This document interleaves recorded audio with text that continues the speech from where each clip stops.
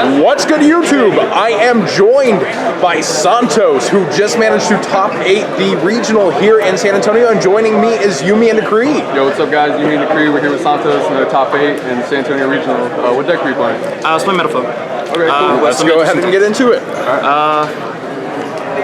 Played 3 of each of the vanillas.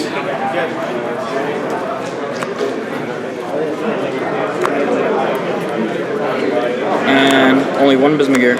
Only one? Why only 1? It's not really a combo piece. It only ever functions as a scale, and you only really get to use its effect during your opponent's turn, so it doesn't contribute anything towards your game state on your turn. So you really only want to see it once when you have the quick play for your opponent's turn. And I usually access it really easily with other cards in my deck that you'll see later on. Obviously the Karen engine. Standard. 3 Gofus. I still like Gofu. It gives you an alternate summoning method to play around D-Barrier. I always hate the idea that they D-Barrier you and all you can do is just fuse, so this gives you the ability to make synchros as well. I just really don't like D-Barrier. 1 Luster, really good. 3 Eccentrics, standard. For the interesting monsters that I ran, that I think are really good in this deck actually, I ran a mini Performapal engine, only a total of 6 cards. 3 Sword, 1 Radish Horse, 1 Joker, and a recent change, 2nd Donkey. Donkey? Yeah, I was originally a Silver Claw to give me the option for a high scale, but this deck runs a ridiculous amount of high scales already, and I found myself breaking with Silver Claw, so I decided to add another card that would allow me to access this engine. Anytime I resolve this engine, I want to say like 90% of the time I win the game. It's really broken. Popping combination, adding 3 combo pieces to your hand, scenarios where you can set fusion, you can set combination, you can resolve this, pop the combination. Oh, I'm sorry. Pop the combination and add a Metal Foe, 2 of these, like this and this to your hand. You normal summon this, add this. You use the Metal Foe that you got off of that, you fuse directly, and then you use this effect in the scale. So it allows you to go Utopia Lightning. Like if they do something like relatively small, like you can just push 5,000 over like anything essentially. And yeah, you have a 26. So basically, out of the 1 sorcerer, you manage to get like 5 different resources. It just accelerates the deck really well, and just allows me. It makes the mirror match really easy, actually. I think we saw it get near that optimal during your feature match. Yeah, the 2nd game. So that I still run 3 Painful. This deck doesn't run a lot of low scales, and I just like the option. And it's also really good.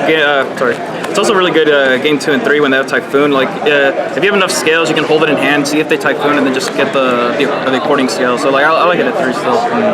It did wreck once today though. I did too. 1 Summoners are just to increase the Metal Foe number. I'd rather run this than another Bismugear. Bismugear is just the old one. I really don't like it as much. Only 1 MST. I have more natural outs because Joker gives me Radish Horse and Radish Horse, and I just spell someone to make a Diamond Dire, so I really don't need more than 1. Obviously, 4 1-ups. Standard. And 1 Time Space. I use this anytime I resolve Sorcerer. I usually end up with the ability to make a rank 4 and Outcast. So in matches in general, like they can't really push through 2 different floodgate monsters on the field. So like in the mirror match, you'll make a Rafflesia, and you have I did this today actually.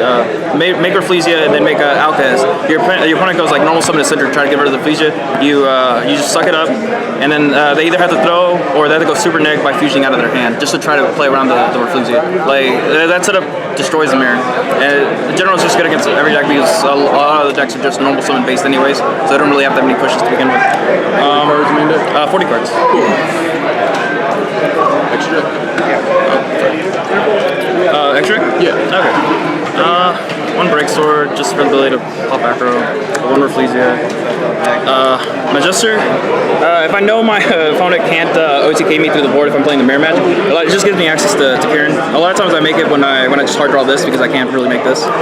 So it allows you to search. It's really good. Diamond Dire back row, removal.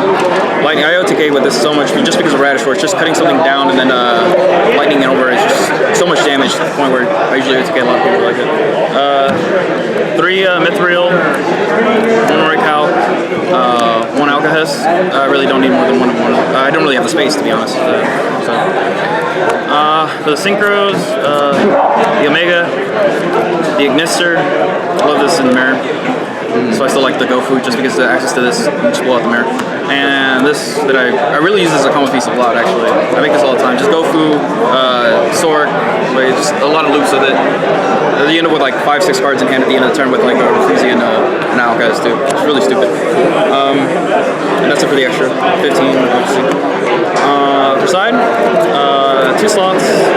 I said this against everything going first. It's amazing. Like even in the mirror match, if they go pop, anything goes to extra, they can't put from the back. So they have to hard pendulum out of their hand before they start popping their scales to set the spells to trap. So in that sense, it just hinders your opponent's first turn. So even if they out it, you establish your play, you break the board, then you put someone back, run over all this board, and he can't put someone anything back. It's amazing, honestly. At points I want to main deck it, but D-Bear, and I'd rather have to go. Devil Denko, Helio, Devil Maxi, Spammy decks, Triple Lava Golem, any kind of annoying first turn boards of Dark Claw, Toad, things like that. So why this over Sticky String or say Sphere Mode? Sphere Mode is too expensive.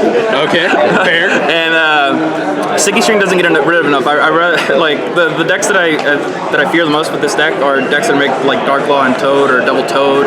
Like I rather like 2. Getting rid of 2 is like a perfect number. Like I think 3 is way too much. 1 is not enough. It's awesome. It works perfectly for me. Did you ever lose because of the no normal summon? What? No. No normal summon? Yeah, it's really funny. Like I usually just make Mithril, bounce it back to my hand, and just hold it for like whenever they try to reestablish the board.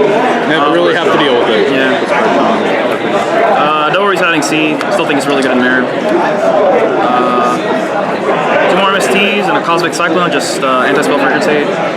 And Dweller. Mainly because I don't know the space. If I'm going first and it's blind, I don't know what I'm playing against. I'm not going to make this. I'm just going to make Conflesia. So game 2 and 3 is just it's optimal side, I think. So what were your matchups during the day, if you remember most of them? Actually, I'll get my phone out. I got the first like 5 on there on a text message. We know you played Aaron's DDDs in the final round. Yeah.